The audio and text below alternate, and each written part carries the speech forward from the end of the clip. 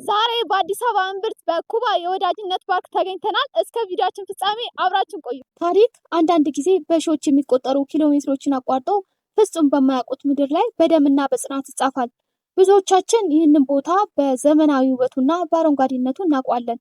ነገር ግን ከዚህ ውብ ገጽታ በስተጀርባ በኢትዮጵያ ታሪክ ውስጥ ፈጽሞ የማይረሳ እንዲሁም ትልቅ በክብር የሚታወስ የጓደኝነት ታሪክ አለ። ተከብረሽ ኖርሽው በአባቶቻችን ደም።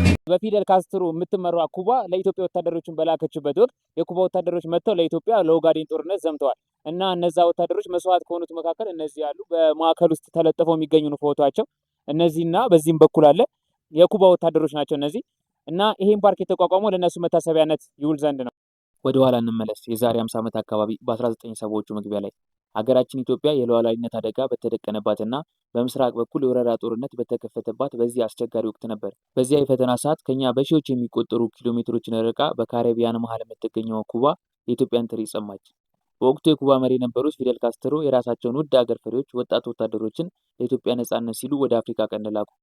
እነዚህ ወጣቶች የእኛን ቋንቋ አያውቁትም፣ ባህላችንን አያውቁትም፣ የአየር ጠባዩን ቢሆን አዲስ ነበር። ነገር ግን ለፍትህ ለወዳጅነት ሲሉ በኢትዮጵያ ምድር ላይ ከኢትዮጵያን ወንድሞቻቸው ጋር እጅ ለእጅ ተያይዘው ተዋጉ። ውድ ህይወታቸውንም እዚሁ ምድር ላይ ሰጡ።